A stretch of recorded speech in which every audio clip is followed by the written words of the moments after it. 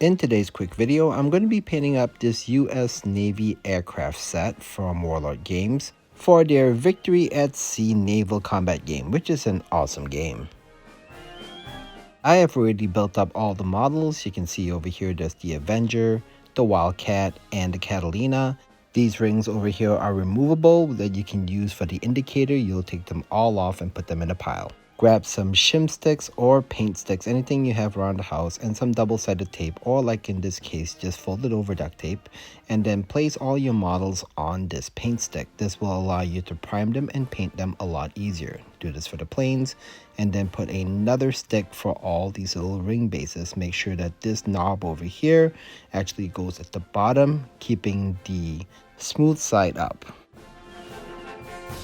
The first thing I'm going to do is prime everything white. You can do this either with an airbrush or you can use an aerosol can like this. This Tamiya brand is really good. Go ahead and just lay down the primer all over all the models. It's much easier, as you can see, when you do it on a paint stick like this. You'll be painting the planes as well as these rings in the same way. The universal color for all the planes is magic blue. I really love this color because it simulates the color of a deep blue ocean. So I placed this first of all on all the rings. It's really easy to do when they're on a paint stick like this. You just kind of lay them down, and even if they're not fully perfect, it's fine. It's supposed to simulate the water, which is in itself not perfect. To keep track of which flight is which, I use some white paint and paint on some stripes onto these rings. There are Avenger and Wildcat flights, so I'm going to be painting two sets of rings with one stripe for the first flight, two stripes for the second flight, three for the third flight, and so on. There is also that one singular Catalina seaplane, and for that I'm going to leave the ring unmarked. I now switch back to the magic blue speed paint and I apply it onto all the bases and the risers of all the planes. So first I usually just apply it onto one side of the base and I work my way down the stick all on one side, and then after that I switch sides and I work on the other side of the base. This is just very movement efficient and it allows you to paint up all these models really quickly. Next, I paint the bottom of these risers, basically underneath the planes, with the same blue. Remember that there are actually two riser wings, one on one side and one on the other. Make sure to paint the underneath of both. For the spaces between the planes, when I get to them, I usually just slow down so that the magic blue only gets in between the spaces and not on the planes themselves. However, later on, I will show you that I will be actually using acrylic paints on these planes, so it's optional if you want. You could paint the entire thing magic blue, including the planes, but I decided to keep them white. There's really no right or wrong way to do this, and as the video progresses, you can see why. At this point, I would like to point you to Naval Encyclopedia. This is an amazing website that covers not only the history of the planes, but also camouflage colors that they used at certain eras during the war. From this website, I was able to find this color scheme, which happens to match the USS Essex carrier that I had painted in an earlier video. For the lighter blue on top of the planes, I'm going to be using Baron Blue, which is a new color from Army Painter Fanatics. And then I just go ahead and apply it onto the top fuselage and wings of the Avenger airplanes.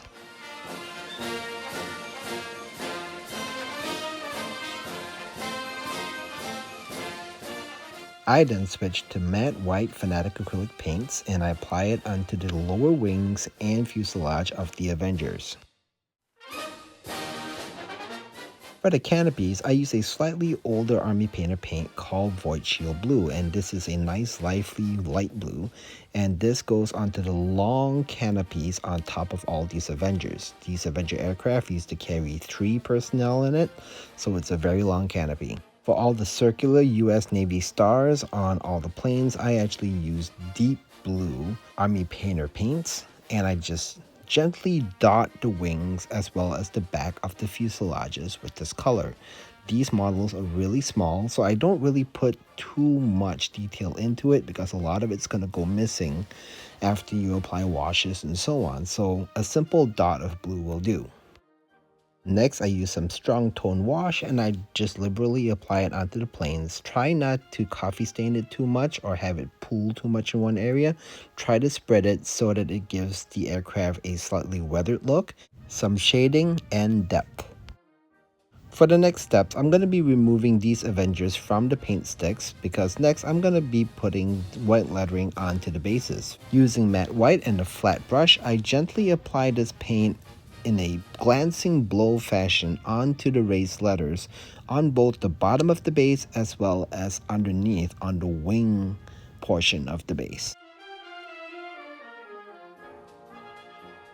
Next, I'm going to be using dark tone wash, which is Army Painter's strongest wash, and I'm going to be applying it on this T and A symbol at the front of the base. I just pull the paint inside it. Now for the Grumman Wildcat aircraft, I chose a different camouflage scheme. This one is more gray in color, and for this I'm going to be using uniform gray and applying it with a sharp tip brush onto the aircraft.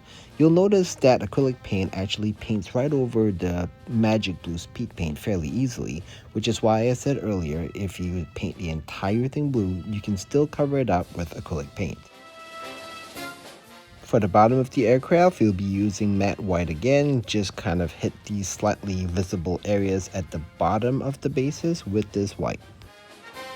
Next, switch to Void Shield Blue for the canopies. These Wildcats have a lot smaller canopies compared to the Avengers earlier. Just a small application of this Void Shield Blue should do the trick. For the US Navy stars, I use deep blue acrylic paint again and I apply 2 dots onto the wings. I found that the fuselage of the Wildcats were really small, so I didn't bother putting any of these dots on those. To make these look different from the Avengers, I use a different wash, this time soft tone wash on these planes. Once dried, I remove the bases from the paint stick, and then after that I'm going to be applying the letters using matte white and a flat brush again, and then I just use glancing blows just like before on the raised letters for the Wildcat, both on the bottom of the base as well as underneath right here. For the recessed letters at the front of the base, I again use a brush and some dark tone and just flood those letters with black. Moving on to the Catalina seaplane, I'm going to be using this simple camouflage color on it, which is basically nothing but gray. So for this, I'm going to be using this lighter gray and applying it onto the entire plane, top and bottom.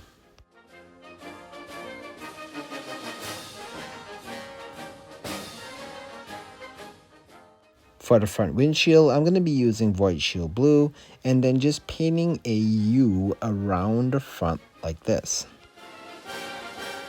I then switch to deep blue acrylic paint and apply the dots for the Navy stars on the sides of the fuselage and on the tops of the wings.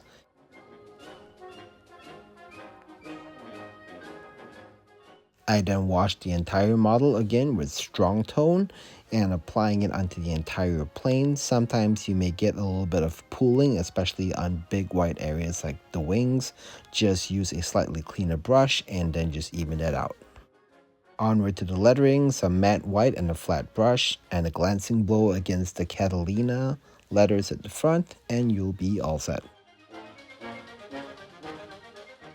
And then just apply some dark tone, pull it into the 3 letters at the front of the Catalina aircraft base. And this plane is all done. To protect all your work, you want to varnish these models, put them back onto the paint stick, and then apply 1 coat of gloss varnish, and once dried, apply another coat of matte varnish. After a very short paint session, I have all these planes fully painted up, ready for a game of Victory at Sea, which I so happen to be playing tomorrow, so this speedy method really helped me get everything ready for the game. I hope this video was helpful for getting your US Navy fleet onto the tabletop faster. Until the next time, happy hobbying.